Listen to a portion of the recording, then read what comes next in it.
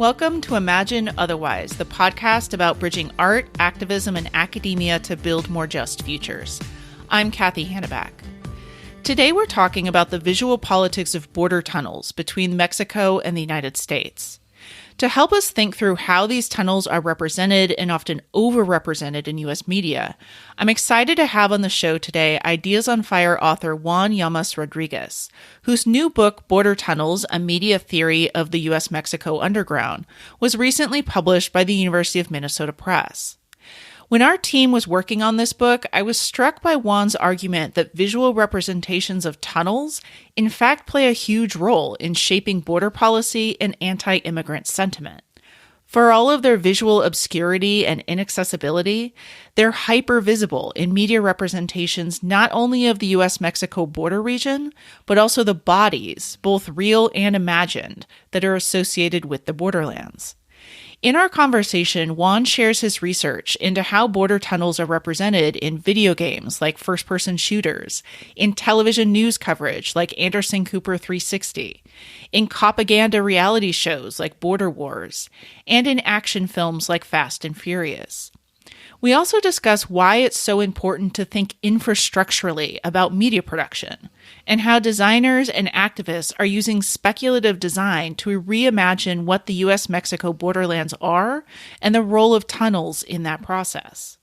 Finally, we close out our conversation with Juan's challenge to both media makers and media consumers alike to accept responsibility for the material consequences of representation, and in fact to use it to create a world where the free movement of people across and beyond all borders is celebrated and realized. Thank you so much for being with us today. Thank you for inviting me. So your new book analyzes the politics of media representations of border tunnels along the U.S.-Mexico border. What are some of the key themes that you saw emerging in your research into that project, into how those representations work? So I would say one of the key motivating factors for starting this research was noticing how border tunnels seem to be showing up everywhere in all sorts of media representations about the U.S.-Mexico border. From like telenovelas in Telemundo to Hollywood films to local news reports. And very quickly, I began to realize that border tunnels were overrepresented in media compared to their significance within unauthorized movements across the US-Mexico border.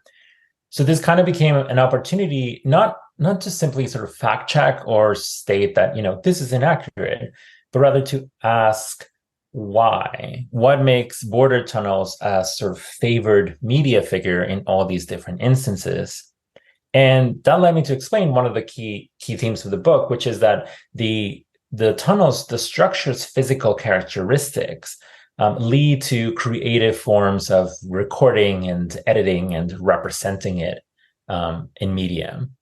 And the more that I worked on this, the more that it became clear that border tunnels actually offered me an ideal limit case to build an argument about how our political and social ideas about the space of the border are inextricable from their media representations, as opposed to something like the border wall, which those who live near the border can see more readily or have a different relationship to than those who live very far away from the border. Border tunnels are inaccessible to most publics near or far away from the border. So it kind of became this limit case about how the central media is and how we imagine border tunnels to exist. And in that process, it also became important to demonstrate how the creative decisions that go into showcasing the border, or really any contentious space, are sometimes tangential to the topic itself, and yet they have all these important implications for how we come to understand the topic, nonetheless. In the book, you introduce a particular methodology for studying what is essentially, as you point out, inaccessible to most of us, including to researchers, right? Mm-hmm. And you argue methodologically for the importance of what you call thinking infrastructurally about border tunnels, particularly the ways that the materiality of those tunnels and the symbolic or mediated discourses about them always are working together. And I'm curious, what are some examples from this project where that kind of infrastructural thinking helps us understand the ways that these tunnels work in media, maybe and beyond? Right. Yeah. So broadly, the book looks at two types of border tunnel representations, right? Those made primarily with live action footage, and then those created entirely with computer generated imagery. And in the middle, the chapter on special effects in action films kind of does a little bit of both. So in the case of live action footage, the physical characteristics of border tunnels limit how they can be captured on camera. So they're very sort of cramped space. Usually there's very little lighting. There's all these safety considerations that crews have to take in. So accounting for these physical limitations, thinking about the structure itself, helps us understand the creative decisions made by media makers to turn their footage into compelling television. So I started by mentioning in the first chapter how TV reports can't rely on the usual tropes for making compelling television. There's no way they can do a live reporting on a tunnel because they can't access it until it's been secured and approved by CBP. There's no way to do any long shots, right? Because the space is very cramped. So that helps us understand all the creative considerations from mixing different types of footage, smartphone footage, Steadicam, drones, to the sort of post-production elements that shape these representations, like voiceover or editing. And then on the other hand, in the computer-generated tunnels, you don't have physical limitations, right? The video game that analyzed Call of Juarez creates tunnels that are far wider, far higher than anything you could ever create under the US-Mexico borderlands. Yet we still need to acknowledge the infrastructure that creates these tunnels, the very technology that allows for their design and for their sort of computational reproduction. And that automated reproduction, the fact that you can algorithmically create these very long, repetitive, sort of automatically made hallways that represent the tunnels, when you put this in the service of a specific game genre, like the first-person shooter, that also has implications for how we come to perceive and understand the function of tunnels. So when I'm proposing thinking infrastructurally, infrastructural thinking means that to critically analyze what audiovisual media is doing means not only paying attention to its images and sounds, but also taking into careful consideration its conditions of possibility, both the sort of physical characteristics of the world it's trying to capture and the materiality of the technology that is creating those media representations. You talk a lot in the various chapters of the book about how all representations of the border and of border tunnels in particular invariably take a political stance on a wide variety of border issues, everything from state violence to the policing of migrants to militarization, to a whole host of various border political issues. What are some of the ways that these representations of tunnels shape actual border policy and vice versa? Yeah, the main concern, I think, as I was building this entire project was how is just the fact that border tunnels are overrepresented in media already shaping the kind of policies and the funding and the resources that are moving into, we need to focus on the tunnel problem. And during the Obama years, there used to be a specific section on White House reports on what are we doing about the tunnels. And that kind of went away after 2016. But for a more specific example, one of the shows that I analyzed is Border Wars, which was this hugely popular series in National Geographic. It spawned endless replicas in the last decade. And people who have written about border wars have always made the argument that this serves its entertainment, but is really just propaganda for the many units under the US Department of Homeland Security. And that is true. But the producers never really made a secret of that fact. The goal of the show was to present the stories of those who work in these border policing units, Border Patrol, Coast Guard, ICE, whatnot. So I make the argument that part of why we see a rise in these types of TV content, especially during the Obama years, is as a response to the growing immigrant rights activist movements, which were very new media savvy and very smart about how using media could affect change and change public opinion. So these kind of reality TV content was a strategy to make the border policing apparatus the main character again, which could lead to more political capital and maybe increased budgets and so forth. And in the specific case of media about border tunnels, these kinds of shows actually serve to cast the border agents as the real people in danger, to show how they were always in risk of physical harm when they were trying to go into those tunnels, and thereby just shifting the conversation about harm to the agents rather than the migrants who were basically the ones who were being physically harmed at the time.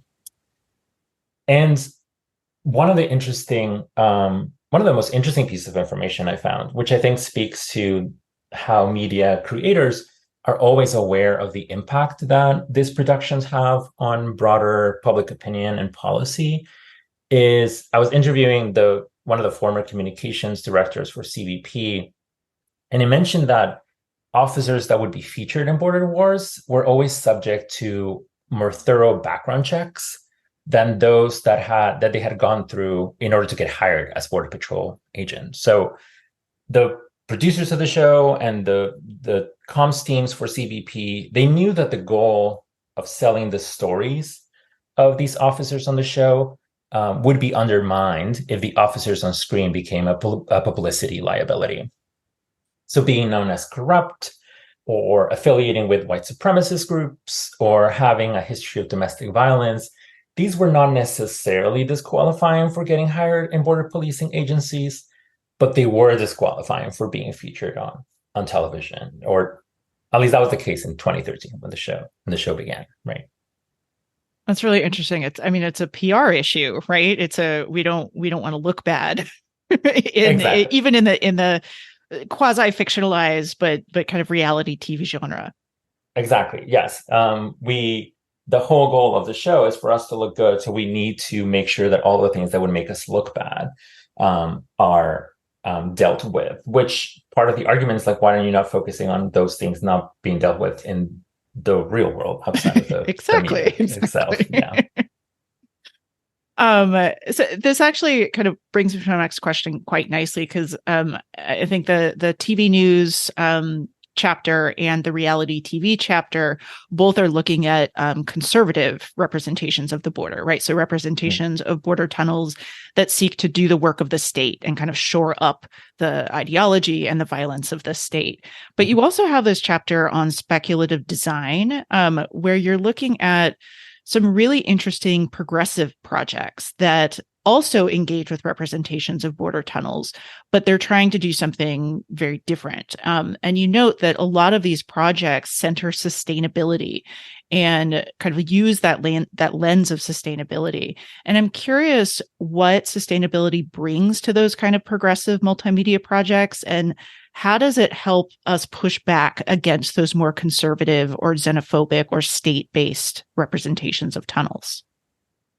So that chapter actually also grew out of my frustration with speculative art and design projects that were at least claiming to be doing that, right? To reimagine and resist the border wall. But they never went so far as to imagine the dissolution of the wall. And like US federal policy till today still holds that the provisions of something like the Clean Water Act or the Clean Air Act can be suspended if there is a need for new border constructions for the sake of quote unquote national security. So it is very much privileging this border militarization over any sort of sustainability in the borderlands. And everyone from indigenous activists to environmental scientists to residents at the border are all advocating that there is no sustainable way to maintain the ecosystems of the borderlands as long as there continues to be construction of border barriers, whether those barriers are steel walls or fences or high-tech surveillance systems or any of those sorts. So the frustration was that any sort of speculative or artistic project that didn't actively imagine the undoing of the current physical border divisions was mostly just perpetuating the status quo or beautifying it, in the words of one of the projects that I analyzed. And then that leads me to look at different kinds of multimedia projects that instead are using the existence of border tunnels to think about different spatial configurations of the borderlands. So how do we look at the underground, not only as a different space, physical space, but also a different space of possibility? And the one that I find the most generative and that I dedicate quite an amount of time to actually acknowledges the current devastation that has come from border enforcement and the construction of border divisions, and proposes that we take these sort of ruins of the present, the fact that there's already been some irreparable damage to the borderlands because of all the construction for the border divisions, and use those as the starting point to imagine different futures.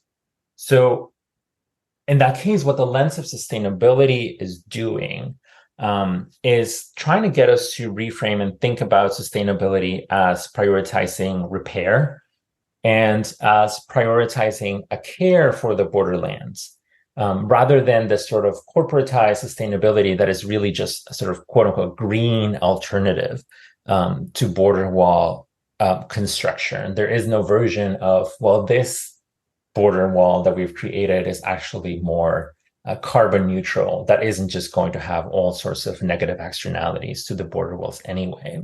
So how do we use multimedia to imagine, first in this contained small way, a different way of thinking about the borderlands that isn't about division and that is more about thinking of these interconnected life systems, and from there start to imagine how to change the above ground as well. So this brings me to my favorite question that I get to close out every conversation with, and I think we saw hints of it right there in this kind of project that you were just mentioning. So I'll ask you a question that's at the heart of this podcast. So in the spirit of imagining otherwise, when you do this kind of work, when you teach your students about this kind of work, when you do all the kinds of projects in the world that you're invested in, what is that world that you're working toward? What kind of world do you want? This is a great question. I will say the most immediate goal I think I'm working towards, and this is part of the project of the book and also part of the courses that I teach on media and migration, is to get those involved in media, whether it's media makers, students that are hoping to become media makers, media consumers, media critics, to get all of us to acknowledge, to become aware of our involvement and responsibility in how contentious and politically charged issues like borders get discussed. So that means on the production side, for example, is realizing that creative decisions that are made solely for the sake of attracting eyeballs or prioritizing what's going to sell and what's going to get clicks, all of these have real life consequences beyond the representation itself. And we cannot separate those two types of effects. But it also means acknowledging that good intentions are not enough if we are not critical and conscientious about how media forms and conventions can perpetuate and fuel harmful ideas. While I was finishing the revisions of the book, was also the moment where there was all of this rhetoric of a quote unquote of the migrant caravans and how they were sort of quote unquote swarming into the border.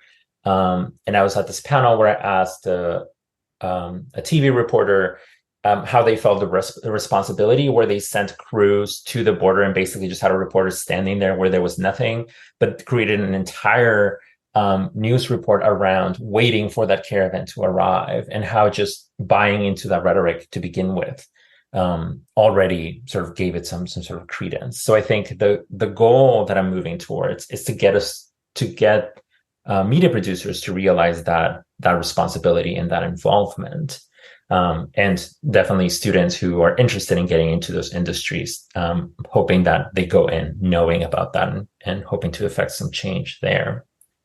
More broadly, the world that I want is a world where the free movement of people is a social norm, is a legal and social norm, where we no longer criminalize people for moving across the world, where encounters with social and cultural differences are seen first and foremost as opportunities for collaboration and mutual growth. And I think one of the main goals that I hope to illustrate by exploring all of these representations of border tunnels and how they aid in the sort of state project is that the world that I want to see is one where we as a society do away with this destructive attachment to the artificial construct of nation-state borders. And what I mean by that is that we no longer make political decisions based on militarizing the border as the most important thing and choose that everything else must suffer for it. In that last chapter, I get to the point of basically saying the buying into this idea that reinforcing or closing the border will actually save the nation state is also dooming the people and the environments of the borderlands themselves to die. And so valuing the closing off of the border as the most important thing is actually a detriment to everyone who lives in that area. So unless we do away, I want to see a world where we do away with this sort of destructive attachment, because if we don't, we will only continue to perpetuate violence against marginalized and disenfranchised people, against the environment, and against the very infrastructures that could actually make our world a more livable place for everyone. Well, thank you so much for being with us today and sharing all of these ways that you imagine otherwise. Thank you so much for having me. Thanks for joining me for this episode of Imagine Otherwise. A big thanks to Juan as well for sharing his research. We really loved indexing his new book, Border Tunnels, and you can grab your copy now from the University of Minnesota Press. You can learn more about that book in the episode show notes on our website at ideasonfire.net. The show notes also include a transcript and teaching guide for the episode with related books, interviews, and resources. Imagine Otherwise episodes make for great syllabus additions, and our teaching guides are designed to help students and researchers explore the vibrant worlds of progressive interdisciplinary scholarship. This episode of Imagine Otherwise was produced and edited by me, Cathy Hannabach.